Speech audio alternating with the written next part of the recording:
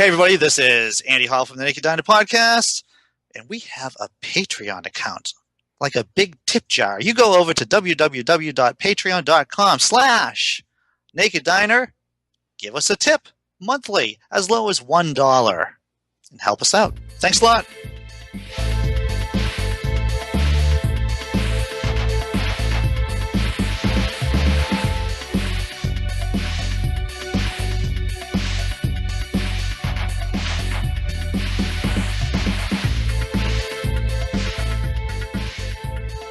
Hey gang, welcome to another episode of the Naked Diner Podcast. It is episode 59. I am Jack Maturko, and with me as always is my co-host Andy Hall. Turkey farts are the worst.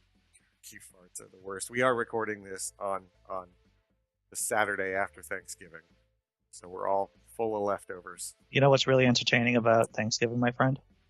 Mass consumerism Just gone roll with awry. this. Just roll with this. I got to use an electric knife. Oh. Twin Blades of Fury. Twin Blades of Fury. Yeah. It's good. It has a nice little psychotic buzz to it, too. As long as I have a really long extension cord, I'm going to fucking roll. So, Andy, our guest this week, we've got Dan Arel back on the show. What the hell is he doing back here? Is he... You know, he did the drive-thru episode when he was at the crazy Noah's Ark Ken Ham protest. Ark experience thing. And then he was here for a full episode before that. Yeah. And now he's got a new book out. I read that book. That was a good book. It was a good book. His book is The Atheist Activist. Now, whenever I think of ham, I think of rum ham because that's sunny and, it's always sunny in Philadelphia. Are you acquainted with the rum ham? No, I do not watch enough of the gang went down to the Jersey Shore, and I guess Frank, who is Danny DeVito's, played by Danny DeVito, decided that hanging out at the beach requires immersing a ham into rum and then bringing said ham with you to the beach. So whenever I think of Ken Ham, I think of rum ham. That does sound like a very Eastern Pennsylvania thing to do. And you know what I'm going to do, too, is that I'm doing this whole end of the world party because Trump got elected, which I'm sure we're going to talk about with Dan. And I'm going to have a rum ham. And Okay. I'll put fucking pictures up on the blog, too, to show my rum ham. It'll be the preparations for the rum ham. It'll be the immersion of the ham into the rum. And it'll be the dining of the rum ham. Fair enough, Andy. Fair enough. I bet you didn't think we were going to talk about rum ham in this.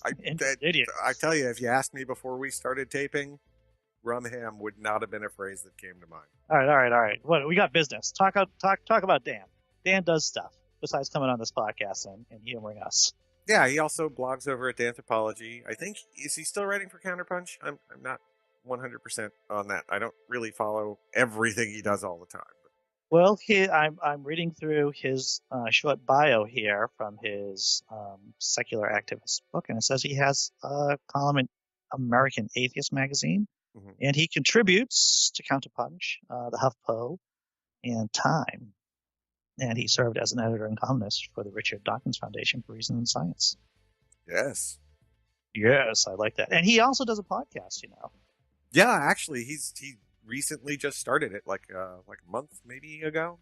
I think he's only on episode 5 right now, or maybe episode month and a half. 4. And good for him. It's always nice to have friendly people of also doing shows. I think we can welcome him to the codependent relationship that is podcasting. Welcome to the pirate radio of the 21st century, Dan. Pirates. And rum ham. See? It's all tied together. In a nice little bow. Gotta look forward. This is true. I'm all about looking forward, my friend. Yeah. And let's look. Rum ham. That's my rum ham song. And so let's look forward with Dan Arel. What do you think? I think this is going to be a very interesting conversation. I think so too. All right. Let's do it.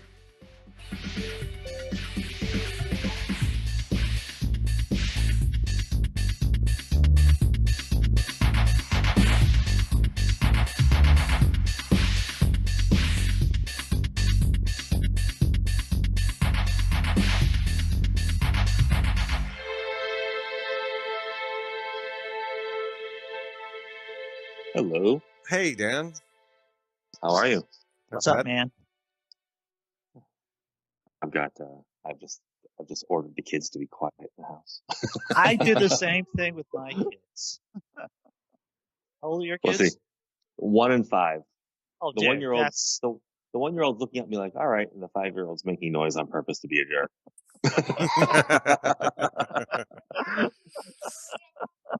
you gotta like throw them in front of TV and give them like a bowl I full gave of him candy. I gave him an iPhone with games on it. Oh, that, that should be enough, right? that It's can quiet. that If I turn the TV on, that's going to be loud, and you're going to have to listen to Mickey Mouse Clubhouse while we talk. Oh my God, I survived Mickey Mouse. could certainly be your next book, though, is How to Raise a Young Contrarian. You're right. So, Dan, are you bringing your kids out to any of these protests, any of these anti-Trump protests? I haven't yet because when they first started, they were a bit more rowdy. Oh yeah, And I they were. didn't know what direction they would go. Even the ones here actually stayed very calm. You know, the cops didn't even get involved, so there was nothing. Right. But I'm not one of those, we must remain peaceful if the cops fight back kind of protesters. So you're one of the more I'm going to bleed profusely on them and show them a lesson. exactly. So I didn't want to have my kids there if things went down and have to like run away. But there was one scheduled for Tuesday, but Trump settled his court case because, a lot of the court stuff was happening here in San Diego with his school and whatnot. Now, is that because the school was centered out there, or is that just, who chose to have it out? No, I don't believe it was centered out here. I'm not 100%. I don't know what brought it to our courts here, but it just wound up here. And so there was a big protest planned for Tuesday because they were supposed to go back to trial, but he settled, so it's over. So there won't be one now. Right. I'm sure you're disappointed about that. I've only been to one protest. It wasn't really a protest. It was a protest, but it was more like a love Trump's hate kind of rally more than a, yeah. Tell me about how you really feel about that. Yeah. Go ahead. Feel free. You want to know? All right. Space. Okay. Yeah. Love. This is the place for bile. I don't know if you remember where you are. we just finished our intro, and I was singing about rum ham and about the end of the world party throwing because Trump is president. So I think you can talk about your issues with this particular topic freely. Okay. The idea is cute. Let's not say like it's a great slogan, but it's useless in practice because it doesn't. We can sit here and be like, oh, we love everybody as much as we want, while racists are kicking people in the face and knocking them over and telling them to leave. Like it's only action is going to stop this. And I don't necessarily mean it has to be violence. We don't have to go out and beat up white supremacists if it doesn't come to that. But we can't stand there and let them do this and say, oh, but we're peaceful. Like, no, if I am walking down the street and I see someone punching, hitting, harassing verbally any minority or person, I'm going to intervene, and I'm not going to step in the middle and say, I love you. No. Right. No, that's the wrong thing to say. As a person who has, because of my job, what my job is, I've gotten to intervene in violent episodes in the past, and usually bringing a flower to a knife fight is not a good idea. I'll say friend in the loose term of we're connected on Facebook, but he wrote an article about going to a protest in Los Angeles, and he was up on the front line of it, and the cops had set up a barrier, and they were kind of holding back. The protesters were moving forward, right? And they were starting to really push back and like hit at the protesters, not like really, not beating them with batons, but using them rather forcefully and pushing back. Sure. And everyone started chanting "Love Trump's hate." And my friend he's a person of color and was getting very upset and agitated and even felt threatened by the cops, like increasingly hard hitting, tactics. Sure. And he started screaming, "Fuck the police." And the people around him started yelling at him. The protesters, he did mention these were all white protesters around him, started telling him to be quiet and that he was being disruptive and that this was a peaceful protest. That sounds like a Saturday Night Live skit to tell you. It really does. But like, he was like, at what point, he's like, in my own movement, I'm being told to be quiet and get in place when it's my people being beaten by cops, it's my people being shot by cops. Oh yeah. And he's like, I'm saying fuck the police because they're they're being brutal. There's police brutality against me and other, minority groups. And yet these white people are standing in front of cops just saying, oh, look, it's flowers and we're not here for violence. And that's upsetting to me. Like, I don't want us to go to a protest with violence on our mind. That's the last thing we should be doing. Right. But we can't just stand idly by and let, these things happen. We're going to have to get our hands dirty in one way, shape, or another. Like, it's just going to have to happen. Whether or not that means physically making a wall with our bodies, it can mean so many things. Sure. And if it does mean punching a white supremacist in the head, if I see him,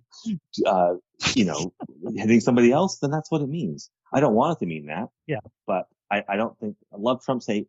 Wonderful slogan. Has zero practical use.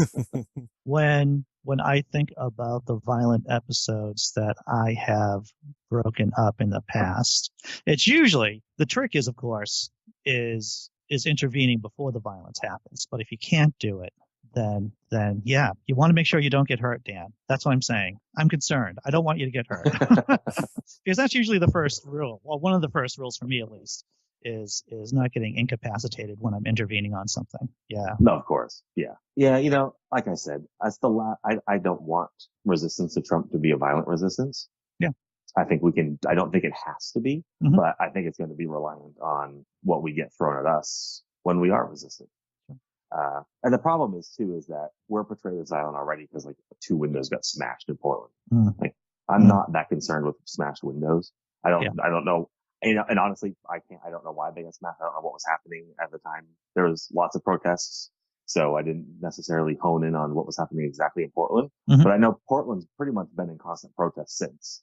They're one of the only areas that's probably set up already like a full-time resistance. Well, they already had a solid network going there because they were already protesting before the elections for other local stuff. So right, yeah, they were pretty much geared up. So yeah, they're the kind of people that would do it too. So Dan, I was looking through your book. I was reading through your book, The Secular Activist, and I didn't know that you were so involved in the animal rights movement. I had been, yes. I'm not anymore. Oh, right. But it seems like you learned a lot of tricks in that movement. That really kind of set up my passion for activism, I guess. But it also taught me about burnout and sort of the wrong way to be an activist, because that's why I eat meat again. The animal rights movement sort of really burned it out of me. Oh, really? Because they are one of the most disorganized, propaganda-based movements. What do you mean by that? What do you mean by propaganda-based movements? So look at PETA videos. They're a prime example. I've not, when you're first an animal rights activist, PETA is the greatest thing on earth. Sure. Then you become more involved and realize that most hardcore animal rights activists can't stand them. But they all tend to use the same tactics of show these terrible videos of animals being hurt and make people feel guilty and stop, eating meat. I found that probably wasn't very effective because people just tune it out. Sure. Or you become desensitized to it. I got to the point where I had seen these videos so many times that even if I see them today, I don't even flinch. Really? And they're horrendous. Yeah, but I just don't flinch. I've seen them so many times. I know what's coming. I'm not shocked by it. But I found that talking to people about the abuses and the practices, you don't have to see them. You can really just talk about them and say, look, and I found that not asking them to be vegetarian was a good solution. And we actually, one of the groups I worked with did start having a campaign that only asked people to reduce their consumption. Really? Yep. And that, I think, led probably to more success than saying, be vegan, change your entire lifestyle right now, throw away all your food, and now learn how to reeat. Instead, say, you know what, maybe cut back to 1 steak a month. Sure. And, and in that flyer that we were handing out about that, it talked about the environmental impact more than the animal rights side of it, because people just disconnect food on their plate from the animal it came from. And even I do it. I don't look at my hamburger and think that was once a cow. It's a hamburger. Oh, yeah. It doesn't look like a cow. Right. And there's a reason we don't call it a cow. Cow burger. Right. We actually call it the wrong animal altogether. But, so you guys are doing more like little behavioral nudges when you're just asking people to do less meat. Sort of. And to me, I think back about that a lot when just the other day, I was arguing with somebody on my Facebook wall Yeah. when I spoke out against Alabama wanting to ban like niqabs and different headdresses and coverings for Muslim women. And I said, that's the wrong way to handle this problem. And some atheist that I don't actually know but added me on Facebook comes in and says, nope, we should ban all of these. They're oppressive and this is a great law. And anyone that doesn't support this law, doesn't care about, human rights. But to me, a woman should be reasoned out of wearing those, not forced out. Yeah. We're not going to regulate religion out of this planet. We're going to reason it. So how did you respond to him when he said anyone who doesn't do blah blah blah, who doesn't support this law is some kind of idiot? How did you respond to him? Well, I sort of appealed to authority for a second there.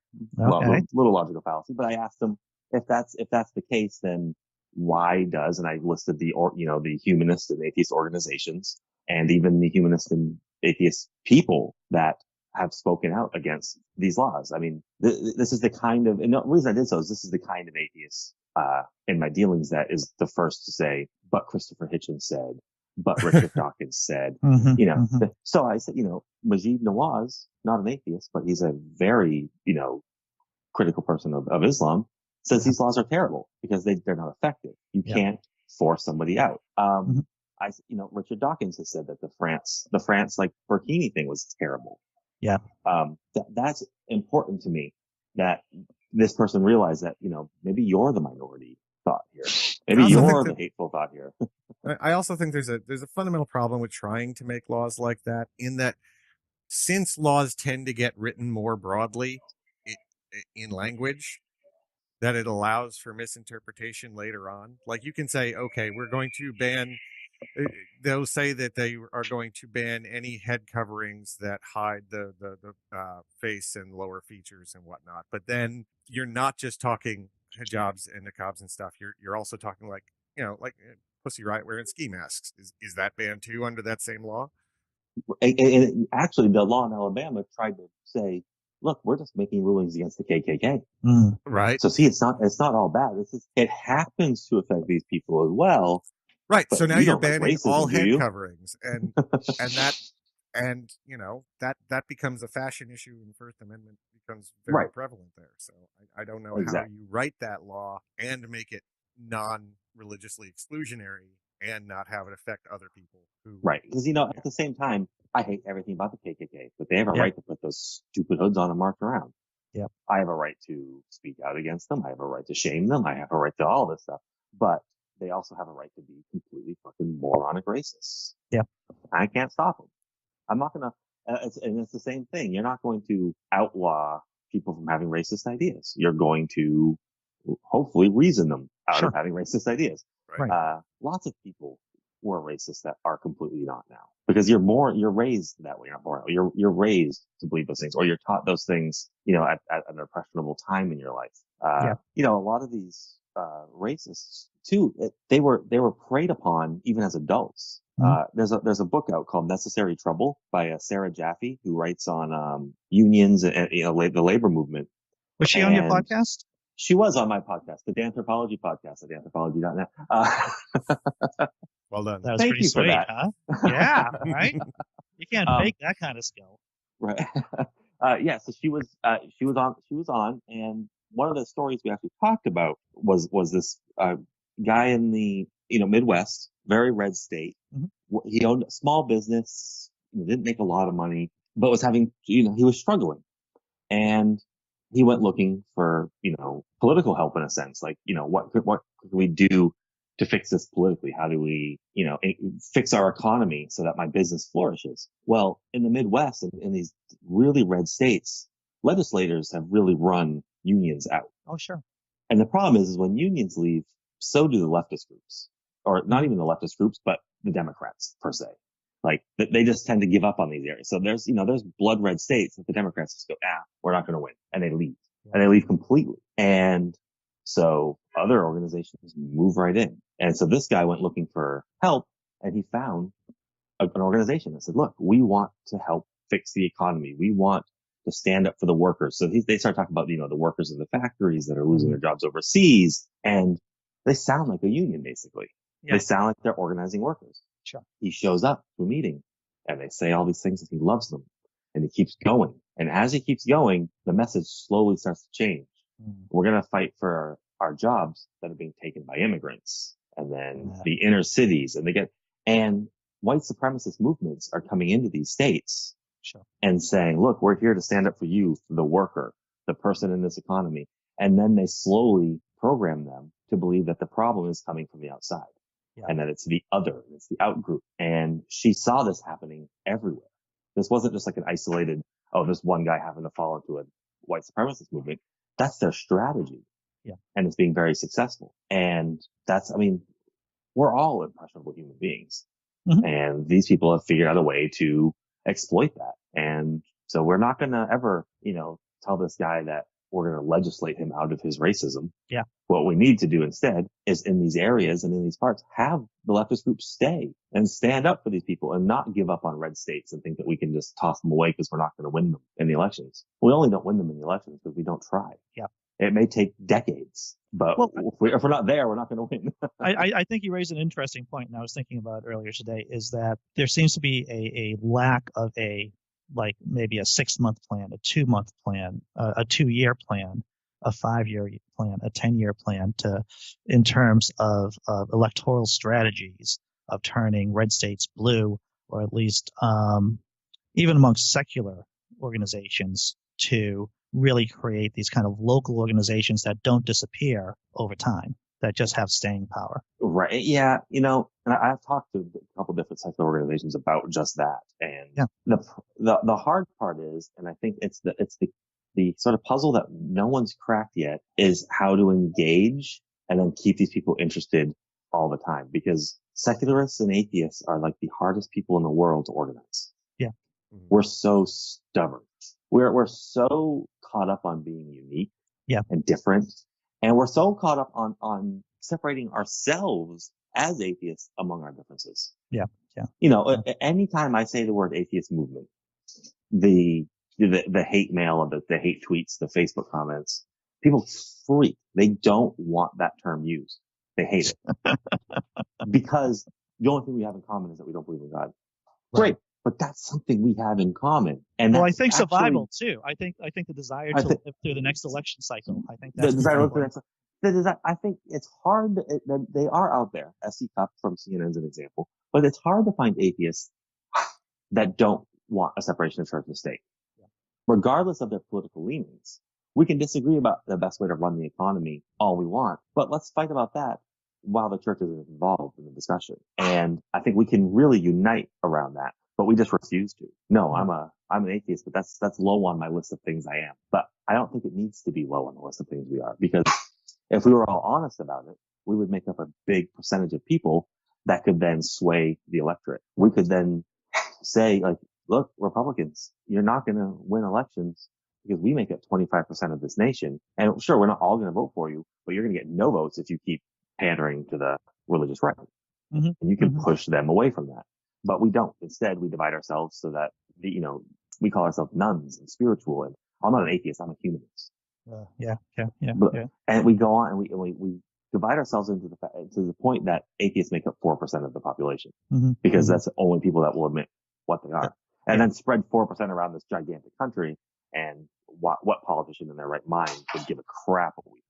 Right. Exactly. We're not going to sway their vote whatsoever. I was thinking about, just to get back to the idea about nudging people away from eating so much meat to only having like one steak a month.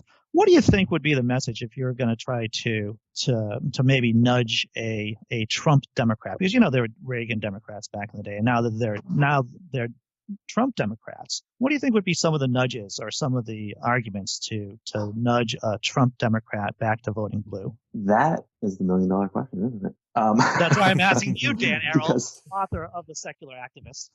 So, on my last episode of the podcast, which came out on Thursday, I talked about this, and because on my blog, one of my writers, Matthew O'Neill, wrote that it was time for us to reach out to the opposition and talk to them, because what he had found is that it's easy for us, and I do this too, so I'm not trying to make this like an accusatory statement, but I say, if you voted for Trump, you're a racist. Because when I look at it that way, and I might be wrong in saying that, I might be too generalized, but you voted for a guy that said, I'm going to, ban Muslims from entering this country. I want to register Muslims.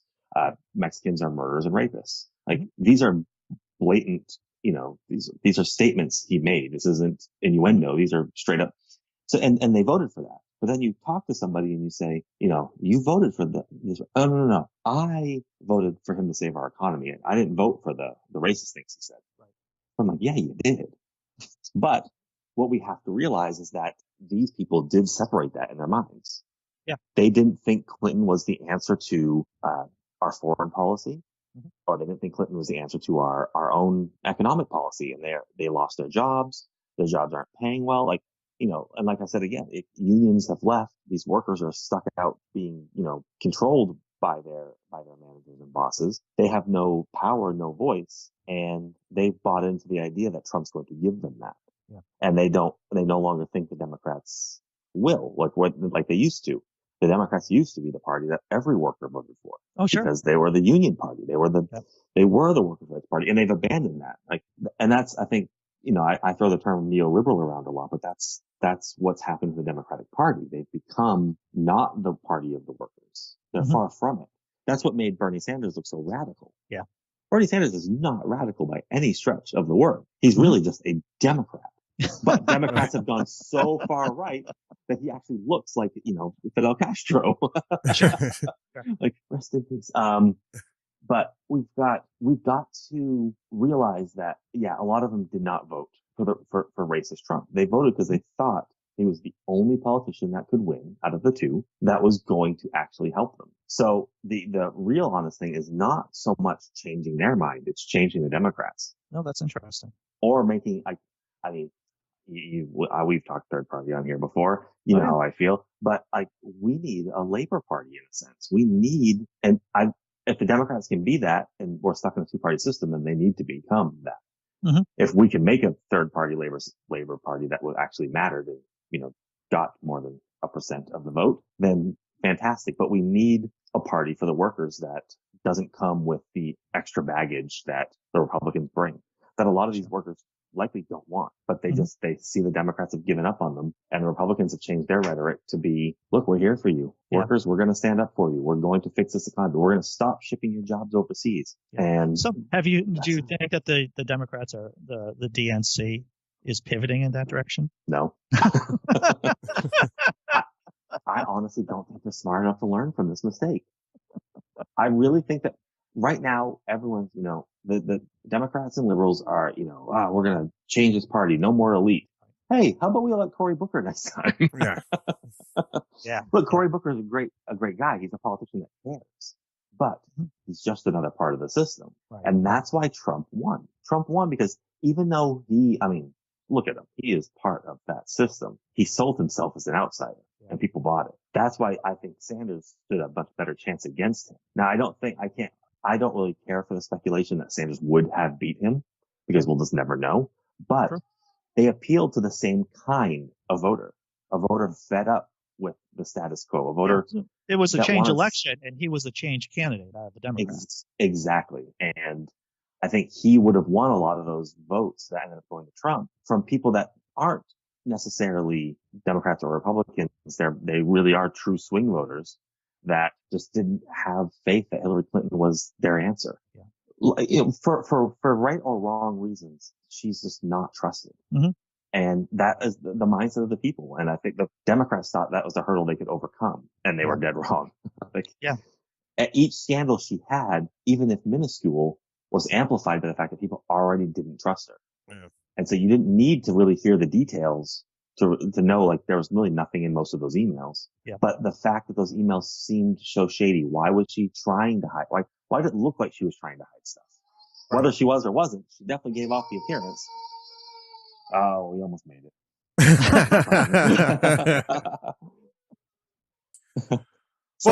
Then she wanted water. The Republicans did a really good job on capitalizing on some of that stuff and making things into controversy that shouldn't have been controversial at all, right? The breaking of the Blackberries with the hammers, that's standard IT procedure, right? If you're not doing that, you're negligent. But it still became this huge thing for them. We're just like, oh, she's destroying evidence. Well, I was listening to, and you might recoil at this name, Scott Adams, the guy who does Dilbert and everything, and he's done a lot of analysis. Now, I may not agree with everything that Scott Adams says, politically speaking, but he has an interesting take on how Trump talks to people on his communication. And one of Adams's points is that Trump speaks in images. So when he turns just now, Jack, he just talked about smashing blackberries. Well, everyone can imagine what the fuck that means. And they associate that on like the midbrain level to Clinton. And it's a negative feeling with a negative image attached to her. And that's very powerful. That's exactly right. I was actually, while you were saying that, I was thinking the same thing, is that the reason I think they were so successful against her controversies was that there are things that most people don't understand. Your average person doesn't realize that you would smash a BlackBerry or that you would smash a hard drive. Like when I brought my computer to be recycled after it died, I smashed the hard drive and then took care of that myself and brought the rest of the computer in because I've worked in IT for years. I know that I've got my tax forms were on there when it died, things like that. Mm-hmm. Your average everyday person doesn't know that. Yeah. And so you can make that sound incredibly shady. Mm-hmm. Awful. And it sounds awful. But Trump's controversies, I think your everyman can relate. Sure. Everybody cheats on their taxes, brother. I mean, I'm not saying everybody, but 90% of the people that I know, and I don't want to incriminate anyone, but when we start talking about taxes, we start talking about deductions. And people we all look at our deductions that way. Yeah. We all want to get more back and not pay. That's the way. Yep. It's become a game in a sense. Like, how can I, and it's people not really trying to cheat or lie about things. They're trying to find every loophole, everything they spent money on that they can write off. They're going to. And Trump did that. He didn't break the law in doing so.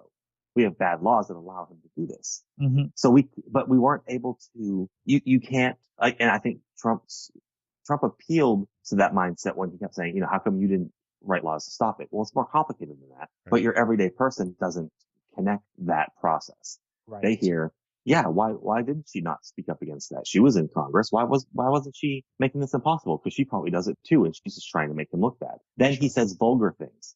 But then I think a lot of your everyman that works in factories and things, that's not that shocking to them. Yeah. I've worked around guys like that talk like that constantly. And sure, a lot of them are harmless and trying to just, showboat in front of their friends. But that language isn't that uncommon among them. I mean, it kind of sucks to think that that's what your average male is like, but there's a lot of that out there. So I think a lot of people also are just like, he didn't really mean it. He was just showing off. He was being a guy, typical guy. So I think because his controversies were like everyday controversies. Yeah. They weren't things that people couldn't wrap their head around. Or they could say, you know what, Trump said that, but look, he kind of said he was sorry. And his wife says that he would never really do those things. Yeah. So I'll give him a pass on that. But smashing blackberries, I mean, what is she hiding? Yeah. Yeah. It folds into that narrative that's already there with her. And that's the thing. Once again, I'm not taking credit for this. This is what Scott Adams was saying, is that when Trump was coming up with nicknames or with verbal attacks with people, what it does is that it confirms the bias you already have about that person. Yes. And I cannot tell you, San Diego is a rather red city in a just very blue state. Uh-huh. The number of, Hillary Clinton for prison bumper stickers I see on a daily basis still is huge. Yeah. Because that was the selling point. She was a criminal. The actions she did, and people just bought it. Yeah. No one questioned it. No one said, wait, is she actually a criminal? Yeah. But Trump sold the imagery that she is. Yep. And, she's smashing these things because there was sensitive information and we don't know who got it. Mm-hmm. And you should be afraid of who knows what about us now. And it was fear based on ignorance. And it was just, like you said, he painted that visual picture. He knows what he's doing. He's not an idiot. Oh, no. And that's the problem. He comes off as one, which I think is also a selling point because he comes off as the everyman again. Oh, of course. Yeah. This is the brilliancy of Trump. I mean, the guy won. The guy just like slapped around his Republican rivals. And then people, and I heard a lot of people say this during the general election, that the guy's an idiot. And it's like, no, he's anti-idiot. He wants you to think he's an idiot. That's what he wants you to think. as he's it's the George W. Bush thing. Like George W. Bush kind of is an idiot, but he was his demeanor is the likable idiot. Mm-hmm. You know, how many times did we hear during the George W. Bush run? You know, his politics are terrible, but I'd love to have a beer with the guy. Oh yeah, that was. He seems so friendly. He just seems like a nice guy. That image really worked for him. But the fact that he was kind of a doofus just helped because people were able to relate to him in a different sense. He wasn't like, he didn't come off across as some extreme elitist politician who was incredibly smart. You know, oh, I went to Harvard, and like, yeah, he went to Ivy League school, but didn't really boast about that. That wasn't his selling point. Mm-hmm. Or then you have on the the left, I went to this school, I accomplished this, and my alma mater. Like that didn't resonate. Yeah. People, you're like I said, like you're everyman. You're white, working class voter probably didn't even go to college, or if they did, it was a community college or a small college in their area. Mm-hmm. And they're not looking for a politician that went to Harvard. Yeah. They're looking for a politician that understands what they're going through. Well, at least gives them respect. No one believes Clinton. And Clinton never seemed to really relate to the working class or the working people, mm-hmm. because it's been so long since she's been a part of it that people can't relate. And I think she understands. She grew up, in a working class family. It's not like she's. Oh, go ahead. When I think about Hillary Clinton, I think that she is a geek and a nerd. And as any good geek and nerd, they're great with policy. They're good maybe on one-on-one interacting with people in small groups. So when you start mixing and mingling, and she just doesn't have. And I know this is something that everyone said, but she isn't her husband. She isn't Bill, who can just connect with people. She is like the geek's geek. She's the nerd's nerd. She is super smart, and connecting with people is super hard work for her. That's how I saw it. And I completely agree. And was one of I kind of called her Al Gore 2.0. Oh, hey, I like that. That's nice. That's nice. He was so much the same. Like, yeah, totally. We can get in the argument that he really lost the election because of the courts in Florida. But one of the reasons he lost his own home state, and it was so close, regardless, even if he had won, it would have been an extremely close election, was that he just wasn't personable. He didn't have that personal connection. I didn't feel like I wanted to hang out with Al Gore. No. He's probably really boring. He probably just wanted to talk to me about inconvenient truths, and he's the guy that shows up at the party and everyone's like, oh, Captain Buzzkill, here he comes. Who invited him? Well, Bush is going to do coke off the fucking coffee table. Exactly right. But like, you could even like, I still laugh when I remember George W. Bush giving a speech at a brewery during his second election run. So he was out talking to the workers there, and he was in a brewery, and he made a joke. He said, I stopped drinking years ago, and during the speech, the CEO of the brewery spoke up and said, yeah, we noticed a dip in sales in 1980, whatever. And the place erupted in laughter. And suddenly, like, you're just like, you just liked the guy. Yeah. Al Gore would show up and he'd make that same joke and he'd be like, that's not funny. Yeah. Alcoholism is a serious problem. 27% of Americans. He'd go right into it. Like, and Clinton kind of had that same thing. She just never seemed that even nice, really. Like, there wasn't. She's just so cold and dry. Yeah. She tried. And when she tried it, it really just made it worse. Hi, everybody. I'm so happy to be here with you. Smile. Oh, wait. I'm not supposed to read the smile part? So, Dan, we should talk about your book for a couple of minutes. Oh, yeah. I'd love since you're here, you have that book out and everything. So I was I was reading through it, and I'm surprised that you're not rich.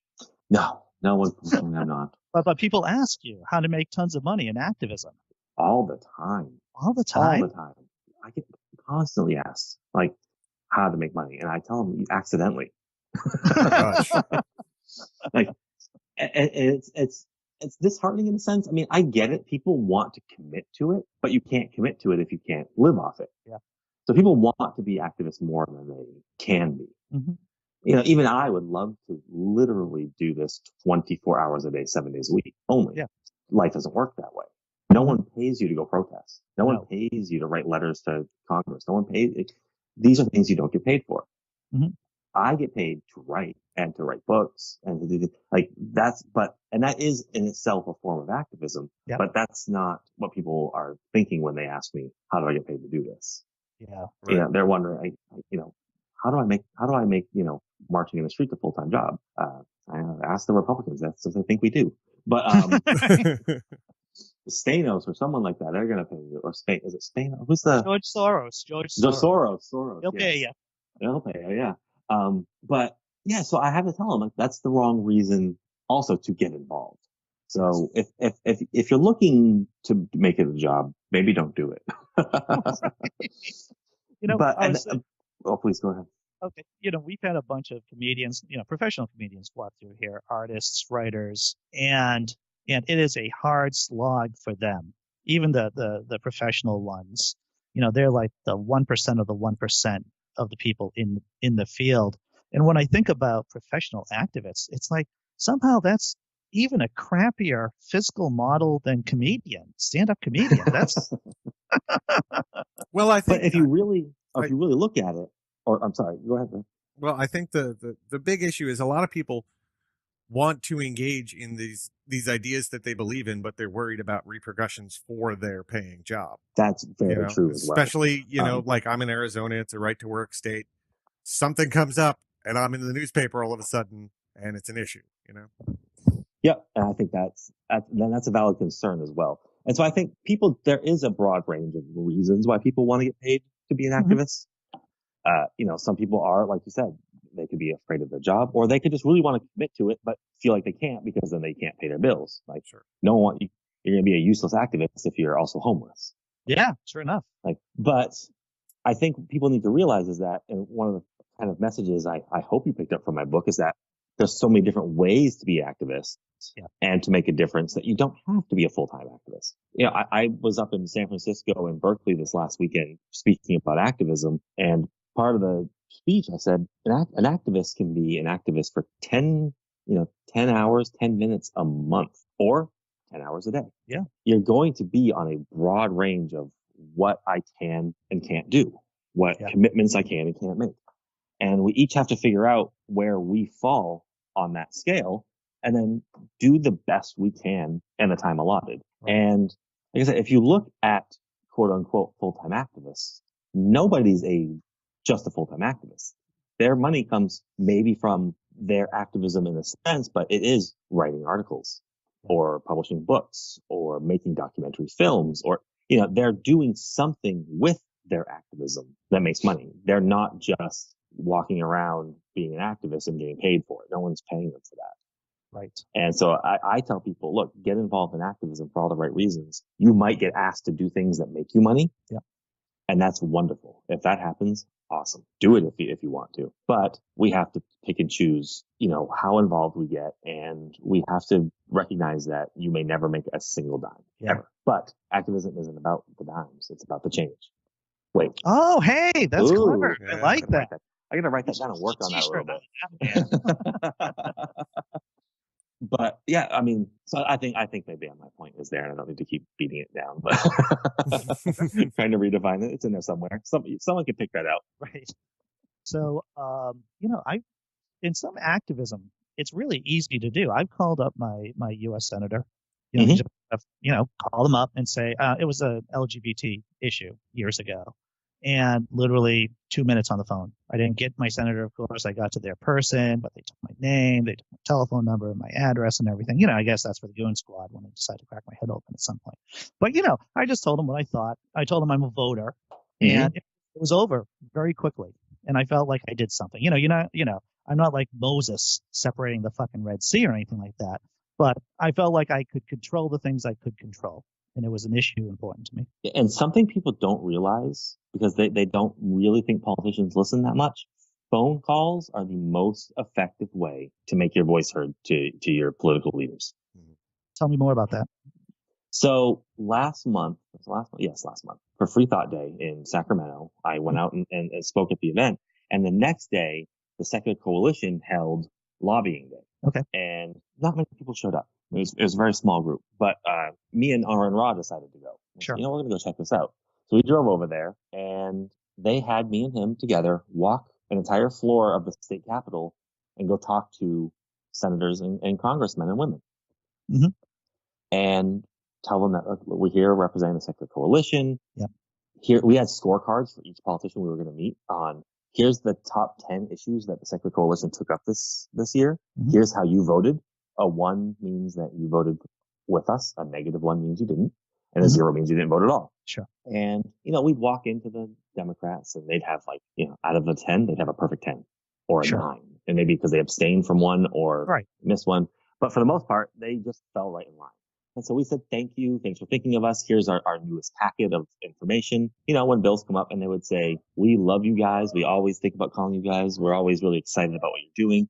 Mm-hmm. So one of them sat down with us and said, come in my office, have a seat. And we sat down and they were like, look, you're going to go meet a lot of Republicans today. Yeah. They're not going to be welcoming. Mm-hmm. And we just started talking about the process and what matters. And they told us that the most, other than face-to-face lobbying, which is fairly effective, but hard to do. Many people can't just go do it. Oh, yeah. Phone calls make the biggest difference. Emails go into an inbox that an intern checks. Yeah. And kind of categorizes them by what they are, which is still effective. I mean, they still look at the numbers and say, hey, look, we got 500 emails. 300 want this, 200 want that. The politician can look at that and see. Mm-hmm. But politicians, and the same thing happens when you call your congressman or woman or senator or whoever, chances are you're not going to get them on the phone. You're going to get one of their policy advisors. Mm-hmm. And you're going to tell them how you feel. But that tends to weigh more heavily on their thinking because you took the time to pick up a phone and call. And they categorize that to their boss. So when they walk into that senator's office, they say, look, we got this many phone calls for this. We got this many emails for this. We got this many letters for this. Phone calls are impactful because that is an actual act. You had to dial your phone. You had to sit on hold. You had to wait. Yep. You then voiced your opinion, hung up the phone, and then had to go back to your daily life. But you took a moment. Sending a form email that, the American Humanist Association sends out where you just put your name at the end. Sure. They're going to see 70, 80 of the same exact email. No thought went into that. Sure. It was I'm going to click 2 buttons and do my part. And not to say you shouldn't do it. I don't want to drive people out and say, look, that's all the time I have. Do it. Send it. Because it still is a calculated total. But the big differences come from the phone calls and they understand what you're doing. They don't write that off as some crazy person. That's interesting. So it's impactful. I don't run. I started an atheist group that's been running in my area for the last, 10 years or so. But I think I'm going to print out some of our legislators' telephone numbers and just to bring it in and share it with, because we're having a meeting tomorrow. And just to say, hey, in case there's something you want to talk to someone about in government, here's a list of people you can call. There is somebody who put together a Google Doc that is very comprehensive, including talking points depending on what your issue is. I think, I want to say it was either Desiree or Callie that shared it. I'll dig it up and send it to you. But it has everyone's number for every legislative district, all in a nice little spreadsheet, along with talking points for your particular issues. Well, to use Dan's word about impactful, I imagine that if you have local people calling their local voters calling their local legislators, that means a lot, as against, me in Massachusetts calling a senator over in Michigan, Yeah. Exactly. And that's one of the things that we actually dealt with was me and Arel going and doing that, was that Arel lives in Texas. Yeah.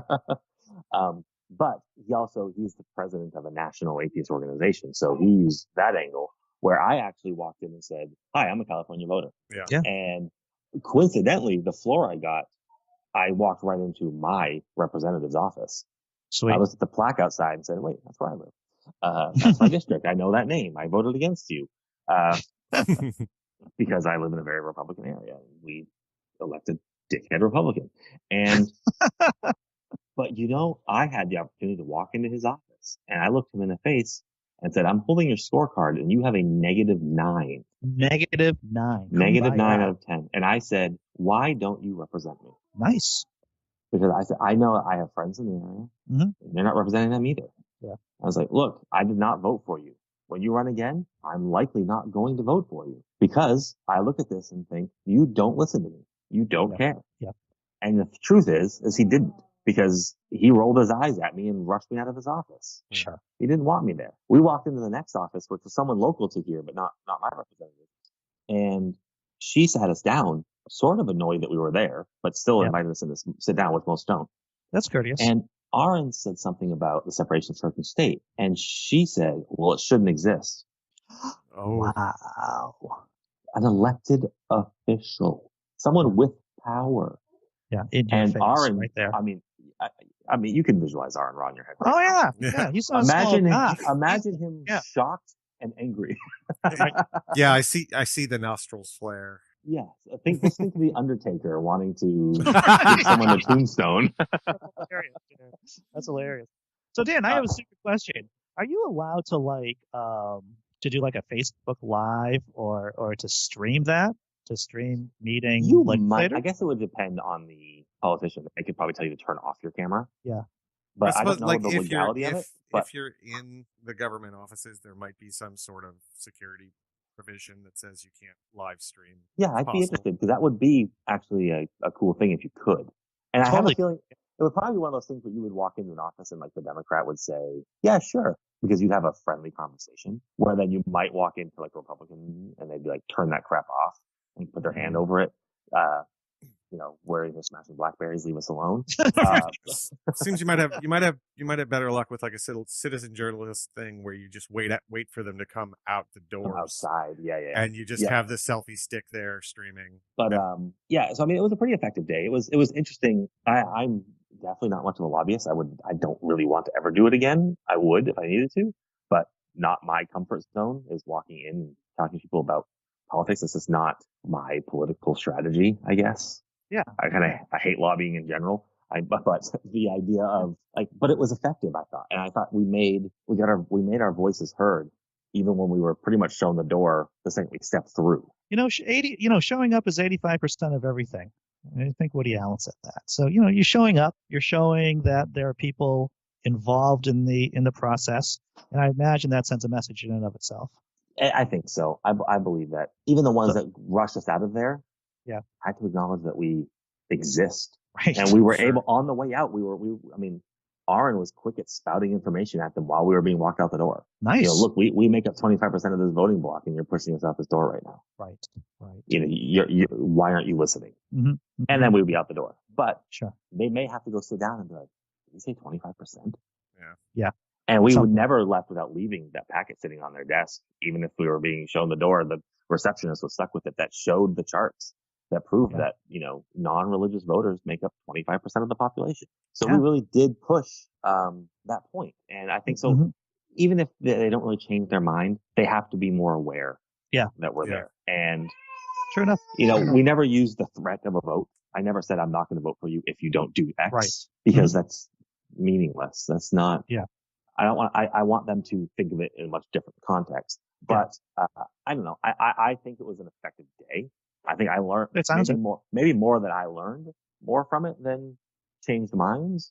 Mm-hmm. But I thought it was a good political tool. And I think I did meet some people there that were with us that had done it before who were highly effective and highly skilled at it. And so I think that's a certain kind of activist that's their skill set. And I think everyone should try it and find out if it is. Because if it is, then go do it all the time. Sounds like it could be fun. It sounds like it could be fun. It was more fun than I thought it would be. When I realized I was going door to door, I was like, Have you ever done door to door as an activist back in the day? No. Oh, I used to. I always shied away from it. I did it for Massburg for a while. This is many, many years ago. And you have to get used to getting doors slammed in your face. That's what. So I was looking through your book, The Secular Activist, and do you think him has a voodoo doll? Like a Christian version of me? of you, Dan Arel. Yes. Yeah, but it doesn't have a name anymore because he won't say my name. He won't say it. Dan Arel appears. He writes about me constantly still, and I can only tell because he quotes me, but doesn't link and only names me as a secular activist or a secular writer. Oh, He will not write my name in his blog anymore. that's great. He's blocked me on all social media outlets, every single one of them. But yeah, I mean, I know he still reads everything I write because he consistently quotes me word for word. Nice. Hey, that looks familiar. Oh, I wrote it. So but how's he the certainly helped pay my way out there for the protest because he posted my video and the link to that, oddly enough, bless his was heart. probably backfired because I made as soon as he posted that, I made the money I needed to get out there. So how is the Ark Encounter doing these days? Is it raking in the millions upon millions? If you ask them or the news that listens to them exclusively, yes. They are claiming that, 500,000 people have already walked through those doors and that it's booming. But logically speaking, that's just not the case because we have enough evidence to show what their attendance looks like during the week. Yeah. To show that they're not getting enough on the weekends to make up for it. Sure. They would need a little over 5,000 people a day to walk through those doors. That's a lot. To get the numbers that they're claiming. That's a lot. Yeah. And that's a lot for their location becoming winter. That's it's a lot for what they are. Because what we can do is, people have been flying drones overhead, peak hours in the afternoon on a Saturday, and the parking lot's not even half full. Sure. And that's still their parking lot's very large. So there is still thousands of people in there. But if on a Saturday, on a 3-day weekend, you're only getting 3,000 through the door, why would I believe on a Wednesday on a work day, you're bringing in 5,000? Yeah. You're not. I mean, it's just not the case. So I don't buy the fact that, the media is saying like, the 500,000 person walked through the door. Nope. And then who's the source? It's Ken Ham. Ken Ham. Right. We're celebrating our 5,000th visitor. Oh, or 500,000 visitors. And you've got why are we suddenly taking his word and believing that he knows anything about numbers? And even if he is getting 5,000 people through the door on a given day, how many of those are comped tickets just to make it look like attendance is up?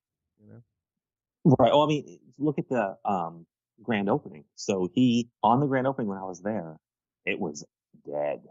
And they said something about their numbers was about 5,000 people walking through that door. Yeah. If that's what they're saying, then it was probably drastically lower. Sure. And it looked drastically lower. That freeway exit was a dead zone. People were not getting off that freeway to go to the park. And I think we talked about that. Yeah. But the pictures he used were of the day before when they invited media outlets and VIP to come to the park for free. And they did. They showed up. Of course, the media outlets showed up for this. Of course, all of these guests that he invited out to come, and they packed the outside for a big grand opening. Right. Why is he using that picture everywhere to say, look how big our opening day was, when the opening day was actually the next day and the lines were empty. Right. Yeah. So he's having to change his story to fit the narrative he wants. And so if we can catch him lying about that so easily, why do we suddenly think, oh, he's right about his attendance numbers? When he doesn't have to show us any proof of how many tickets he's sold. He may have walked 500,000 people through there, but I guarantee 500,000 people have not paid to walk into that park. Right. So, Dan, we are actually coming close to an hour of our conversation. And what we've been doing at the end of the hour is asking our guests if there's anything that they want to talk about. If there's a question that they wanted us to ask them, but we didn't, this isn't time for plugs. We'll do that afterwards, of course. But is there anything? This is free speech moment here. You on the soapbox. Do you have anything you want to talk about? Well, I would like to talk very briefly about being active as a secular activist under Trump. Sure. Yeah, go ahead, man. So I wrote this speech quickly. I won't give you the hour-long speech because we've already done an hour. Yeah. But like I said earlier, I went to San Francisco and Berkeley, and the point of going there originally was to talk about my book and secular activism, and the whole speech was about Ken Ham, the Ark, and that journey. Sort of like in the book you read, like interweaving that with other activists. I talked about young skeptics and versus the Good News Club and the satanic after school Satan and the Good News Club, things like that. Sure. These were important things. And then I wrote it, and I was just waiting for my trip to come, and then Trump won the election, and I thought this is going to change everything. We're not going to have. So we just talked about calling and lobbying to your senators. We're about to kind of lose pull with that because the senators that want to listen to us, the congressmen that want to listen to us, are in the minority by and large. And we don't have a president to stop the craziness. So even if we talk to our congressmen and they pass some crazy religious bill, we know Obama's going to kill it, or at least we hope he is. We're about to lose that. We can lobby all we want, except the Republicans are going to have the majority to pass the bills they want. And it's going to go to Trump, and he's likely just going to sign them. No questions asked. If we sue and it makes its way to the Supreme Court, within the next few years, we're probably going to have a very heavily weighted conservative Supreme Court. Ruth Bader Ginsburg is not getting younger. No. Someone mentioned to me last night that I shouldn't worry because Scalia was awful. He was as far right as they come, and he wasn't able to get everything he wanted accomplished. So we have a good chance against the next person that gets nominated that we could still have some dissenting opinion from conservatives. And I agree that that's true, but that's not going to last. No. Right. This Supreme Court is aging and quickly. Yep. And Trump's going to have more than one nominee. Sure. Or appointee, I should say. And so we're going to suddenly be in a position where secular activism has to look beyond just lobbying the government. True enough. Yeah, I can't agree. We're going to have to become active in so many different ways. And I watched faces squint when I said we have to be more like the Black Panthers. But when I said that if they want to take our healthcare away, then we're going to have to look at options of secular healthcare options in our communities. Yep. The Black Panthers opened up medical offices for their people. Dan, it's funny that you should say the Black Panthers because I said maybe 5 or 10 years ago, I was writing on my old blog, I was saying that we have to be more like Hamas, without the rockets and everything. We have to supply, or we have to help people on a local level on a day-to-day basis so that there is some kind, for us, by us kind of mentality, to help. Exactly. Yeah. Yeah. And it's, the reason I really borrowed the Black Panthers is I actually just read a book about them. So it was like fresh in mind. Like this, they had after school programs. They had feeding programs to make sure everyone was fed. Yep. Like, we can argue about politics and ideology all we want, but we can also learn good things that came from them. Sure. We have to look at both. And I think what we can do is it was one slide in my speech said, it starts in our communities. Yeah. It's about what we can do at the local level at each step. And that's why I use people like Kevin Davis from Young Skeptics, because he saw Good News Club come into his community and he acted. He created an alternative. We're likely going to have to do things like that for the next 4 years. If that means creating LGBTQ, and everyone's going to hate this word, safe spaces, then that means that we're going to do that. We're going to make community organizations where people can go and be safe and know that they're protected and be open about and talk and not have to deal with harassment, because we're already seeing harassment escalate. Yeah. I can't predict if it's going to get better or worse, but I think right now, at least, these people feel that their white nationalism, their bigotry has been validated. Oh yeah, sure. And it could just continue to get worse. I don't know. I don't want to play the fear card and say it's going to get worse, but I have little reason to believe it's not. And I hope I'm wrong. I would love to be proven wrong and see it just die off and not be that big of a prevalent issue. Yep. But we should be prepared for it. Sure. And you know what? When you talk about local groups organizing, the people that I see, and Jack's going to, of course, support me or at least echo this. The group that I see really doing that is the Satanic Temple of all people. They just seem to be very interested in getting out there and being virtuous in the sense that they are less about the talky, about the debatey, and more about actually doing shit. 100%. And that's, I think I just mentioned them too. I use them in that talk because that's exactly what they're doing. Yeah. They're making, they're action oriented. Yeah. They're not worried, like you said, they're not worried about the debate. They're not worried. They are concerned with stopping these organizations from infiltrating schools and from, putting up, 10 commandments and to just running around with this privilege. They're saying, all right, we're going to stand up against it. They're not standing in front of it with roses saying, love trumps this. No, they're not. They're doing something. Well, there's something terribly, terribly liberating about assuming that Satan moniker in the first place, being like, okay, we already expect you to hate us, so we're just going to go with pure idea Right. and push forward from there and can just force of will the whole thing through, which is really pretty great. And I've been hanging out with those guys a bunch, and yeah, they're doing great stuff. Yeah, I'm a big fan, and even if we do want to talk politics and being politically active, there is a lot we can do at the local level still, because there are already governors and mayors standing up to Trump. Yeah, and I mean, Mayor Bill de Blasio said he'll delete their catalog of illegal immigrants in that state if Trump wants to take it and use it. Yeah, he will just straight up delete it. Yeah, that's political activism from that. Like, he's standing up for him. Yeah. One of the things that I'm starting to see, because the first time I saw it was something Andy posted, but I'm also seeing it from some other people around the country that if they do try and start a Muslim registry, fuck it, let's just all register.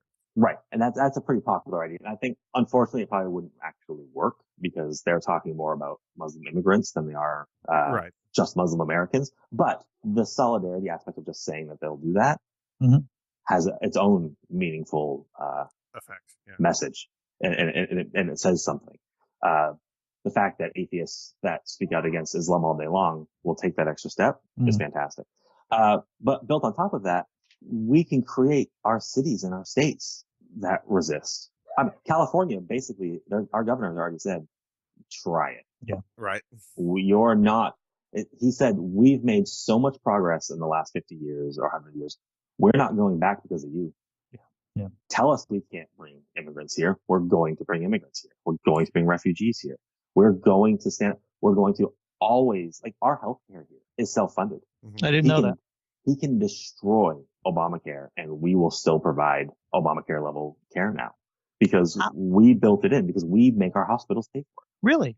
Yeah. Because I didn't know that you guys were completely self-sufficient. I don't know surprising. if it's 100% completely, but it's enough that we can keep the program going now, because so when we adopted, all the Obamacare mandates and everything, we have something we call Medi-Cal, and my kids are on it. Oh, really? I pay $14 a month. No fucking way. I can walk them into a doctor's office of my choosing anytime, an emergency room if I have to. I pay nothing extra. They are seen for what they need to be seen for. And we do that by making the hospitals pay us a percentage of tax back to the state. And that was temporary. And we actually voted in this last election to make it permanent. Interesting. And so now that's a set up program that even if we lose, federal funding that we're taking to make this, we have the money to keep that program going. So sure, some people here could potentially lose different levels of healthcare or discounts they're getting from the federal government. But the most vulnerable, the people that just don't have the ability to have the insurance or don't have a job that offers insurance, that option is still going to sit there, because we've figured out a way to pay for it ourselves. And I think we can only improve on that. Sure. It sounds like an expansion of Medicare. Is that with the insurance that your kids have right now? Yeah, that's pretty much what it is. Because before that, we actually had something here called Healthy Families, which was it was pretty much the same exact thing. It was a way to make sure that all the children and families that couldn't afford really expensive healthcare had healthcare. Yeah. We made sure of it. And when Obamacare came in, we just expanded on it and grew it and made it Medi-Cal. And now we've just figured out a way, and everyone seems very happy with it, that the state overwhelmingly voted to make it a permanent solution. That's great, man. And so I think this state can also set a model for others that want to stand up against what's coming. And we can sort of be that, look, we can be independent from what the federal government's trying to do, and we can stand up for human rights, and we can make sure that our citizens are still well cared for, even while we have a government that's trying to tear it apart. That's We're one not of the going to let you benefits. set the country back. That's one of the benefits of our crazy federal system, is that the states really are these kind of hothouses for experimentation and exploration of how to get things done. And it's a protection against the federal government in a lot of ways, for good or for bad. Right. Yeah. I mean, states' rights and state things certainly have lots of issues, but they are set up in a sense to stop things like this. We do have this barrier that we can say, you're not going to turn us into some, 1890s country again, or even before that. Like, Right. that's not gonna. We're not gonna stand for it. We're not going backwards. You can try, but if there's any state that's big enough to do it and blue enough to do it, it's California. Yeah. Well, California is huge. What are you guys? You're like this. What is it? The 10th largest economy in the world when taken all on your own. Or something like that. Yeah. Well, I mean, Yeah. I think it's actually higher than that. I think it'd be like Is it if seventh? California broke off, it'd be 7th. I think. Yeah. Well, there's a guy trying to get signatures right now to do so. Yeah. Good luck with that. I don't know. This might be the time to do it. All I know is if that passes, I'm making a beeline up to 10 real fast. Right. Get on that side of the line before it's Oh, over. right. You're right down the street, Jack. No, hit the 8s. You'll wind up right here. Yeah, that's true. That's true. All right, guys. But you have to go through a checkpoint on the 8. So. Yeah, I gotta go get some breakfast, I guess. Okay, so let's wrap it up. Dan Arel, thanks for coming on. You are always entertaining and fun and informative and all those other words used to positively describe people. You're that guy. You're that kind of guest. And thanks for coming on. Thank you for having me. I love coming on the show. It's always a highlight of my day. That's good.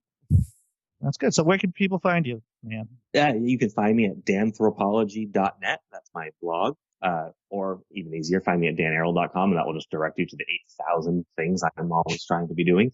And yeah, find me on Twitter at Dan Arel. You can come yell at me about me saying something nice about Fidel Castro, like everybody else is right now. And yeah, that's where you find me there. And then Amazon. Please go to Amazon. Buy Amazon. my book. Definitely. I have 2 books on there. Go to Amazon, type in my name. You'll find them both. Buy them both. Even if you don't have kids, you might someday. Buy my first one, Parenting Without God. You never know. And we'll do links. We'll do links to yours. Perfect. Yes, please do links. And you know what? I plugs aside, please buy The Secular Activist and find something in there that inspires you to get active, be active. And to anyone listening that does read it and does something that works or doesn't work, or they have a new idea, let me know. Oh yeah. I'm always interested in what's working, what's not, what people are up to, places I can get involved and help. So yeah, That's great. Reach out. I'm approachable. I'm not an elitist yet. I'm working on it, but I'm not there. Oh, wait a minute. Dan, when we're talking about your plugs, don't you have a podcast too? I do have a podcast. Thank you for mentioning it.